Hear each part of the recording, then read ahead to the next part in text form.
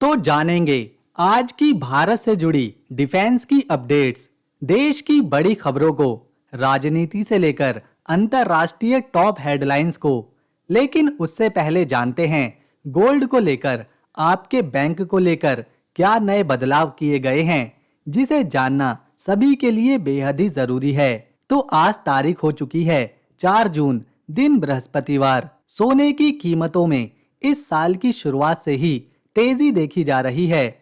इसके पीछे का कारण है इक्विटी मार्केट में लगातार गिरावट आना, जिससे लोगों में सोना खरीदने की इच्छा और बढ़ी और लोगों ने अपनी सुरक्षित संपत्ति के लिए गोल्ड को पहली पसंद बनाया। पिछले कुछ सालों से सोने की कीमतें ज्यादा नहीं बढ़ रही थी, लेकिन 2024 की शुरुआत से ही जिनके पास पहले से गोल्ड मौजूद था उन्हें काफी ज्यादा फायदा हुआ है। आज अगर देश में गोल्ड की रेट की बात करें तो 22 कैरेट गोल्ड 6,651 रुपए प्रति ग्राम पहुंच गया है।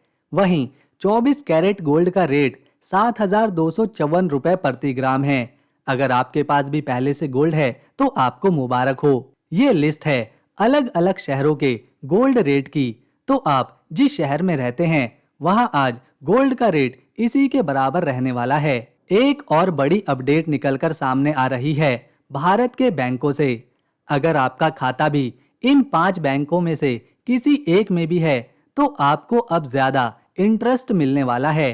1 जुलाई से 5 बैंकों ने अपनी एफडी दरों में मिलने वाले ब्याज को ग्राहकों के लिए बढ़ा दिया है। लगभग अब 8.75% तक एफडी में ब्याज मिलने वाला है। ये बदलाव लागू भी कर दिया गया है। अगर आपका खाता bank of India, Axis bank, HDFC bank, Punjab and Sind bank या फिर आईसीआईसीआई में है तो इन सभी बैंकों ने अपनी एफडी इंटरेस्ट को लगभग 7.8 से लेकर 8% वरिष्ठ नागरिकों के लिए 666 दिन की अवधि के लिए बढ़ा दिया है। इसके अलावा बाकी के लोगों को 7.3 से लेकर 7.6 तक ब्याज दर दी जा रही हैं। दोस्तों, एक और बड़ी अपडेट निकलकर सामने आ रही है। हाथरस में हुए सत्संग में भगदड़ मचने से अब तक 122 लोगों की मृत्यु हो चुकी है और 150 से ज्यादा लोग गंभीर हैं। पूरे मामले को लेकर एफआईआर दर्ज कर दी गई है।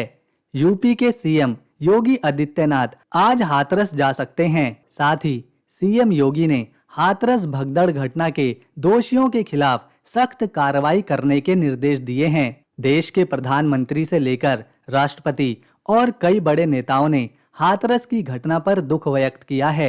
चलिए अब मौसम की बात कर लेते हैं। भारत मौसम विज्ञान विभाग ने कई राज्यों में आज तेज बारिश और तेज हवाओं की चलने की चेतावनी दी है।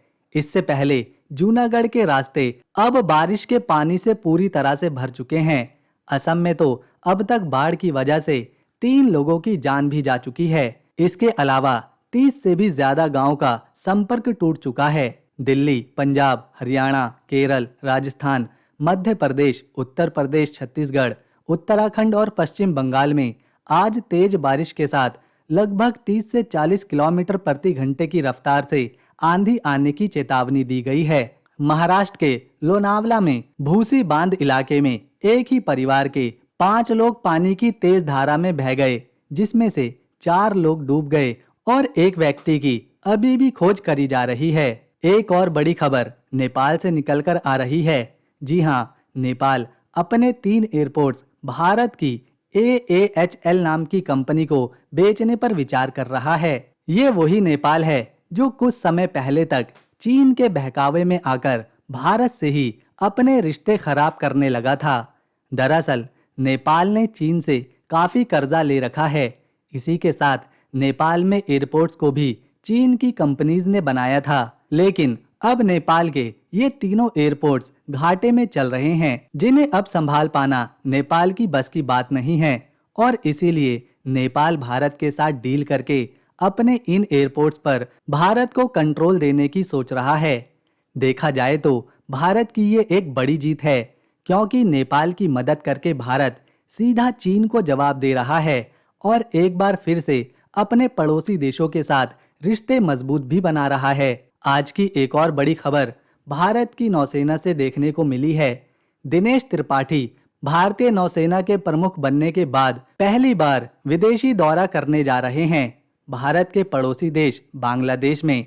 इस दौरे में दोनों देश बायलैटरल ट्रेड और नौसेना अभ्यास कर सकते हैं। इसके अलावा भारत की एक कंपनी GRSE बांग्लादेश के साथ बड़ा समझौता साइन कर चुकी है, जिसमें भारत बांग्लादेश को $500 मिलियन का लोन देने वाला है। इस लोन से बांग्लादेश अपनी नौसेना के लिए युद्धपोत और दूसरे नेवी के इक्विपमेंट भारत से खरीद सकता है। इससे पहले बांग्लादेश चीन के हथियार खरीद रहा था, जो बेहद ही खराब क्वालिटी के थे, और चीन के इतने बड़े धोखे से अब बांग्लादेश सबक सीख चुका है और फिर से भारत के साथ अपनी दोस्ती मजबूत करने में लगा हुआ है। एक और बड़ी अपडेट में लोकार्नो अवार्ड जीतने वाले पहले भारतीय बन चुके हैं शाहरुख खान। 77वें फिल्म फेस्टिवल अवार्ड लोकार्नो में शाहरुख खान को उनके करियर अचीवमेंट के लिए इस अवार्ड से सम्मानित किया गया है और इस फिल्म फेस्टिवल का आयोजन स्विट्जरलैंड में किया जा रहा है। एसईओ को लेकर इम्पोर्टेंट अपडेट जान लेते हैं। कजाकिस्तान में एसईओ की मीटिंग हो रही है। एसईओ यानी शांघाई कोऑपरेशन ऑर्गेनाइजेशन, जिसमें भारत सहित 9 देश शामिल हैं। इस मीटिंग में पहले भारत के प्रधानमंत्री भी शामिल होने वाले थे, जिसके लिए सिक्योरिटी टीम पहले से ही कजाकिस्तान जाकर जायजा भी ले चुकी थी। लेकिन फिर पीएम मोदी को कजाकिस्तान में हो रही एसईओ मीटिंग का दौरा कैंसिल करना पड़ा। इसके पीछे की वजह संसद सत्र का शुरू होना बताया जा रहा है। लेकिन भारत की ओर से भारत के विदेश मंत्री एस जयशंकर को इस मीटिंग के लिए भेजा गया है। भारत के अलावा रूस, चीन, पाकिस्तान के टॉप लीडर इस मीटिंग का हिस्सा बनने वाले हैं। एसईओ संगठन बनाने के 2 मुख्य कारण हैं, एक सीमा सुरक्षा, दूसरा अलगाववाद, आतंकवाद और धार्मिक कट्टरपंथा को कम करना। इस मीटिंग में भारत अपने रिश्ते रूस के साथ और मजबूत करने की कोशिश कर रहा है, तो आतंकवाद जैसे गंभीर मुद्दों पर भी भारत की ओर से कड़ा प्रहार देखने को मिला है। भारतीय मिलिट्री की इंपॉर्टेंट अपडेट की बात करें तो भारत और थाईलैंड के बीच मैत्री का 13वां संस्करण होने जा रहा है। मैत्री को भारत और थाईलैंड की सेना सहयोग के लिए बनाया गया है, जिसमें भारत के सैनिक और थाईलैंड के सैनिक एक दूसरे को medical training, physical fitness, joint planning और युद्ध कौशल सिखाने वाले हैं। इस बार 13वें मैत्री संस्करण को थाईलैंड के टाक प्रांत में आयोजित किया गया है। इससे पहले भारत में 2019 में मेघालय राज्य में इसे आयोजित किया गया था। जियो रिचार्ज को लेकर भी इम्पोर्टेंट अपडेट सामने आया है। जियो ने अब अपने रिचार्ज को महंगा कर दिया है। 239 वाला रिचार्ज आज से 299 में मिल रहा है।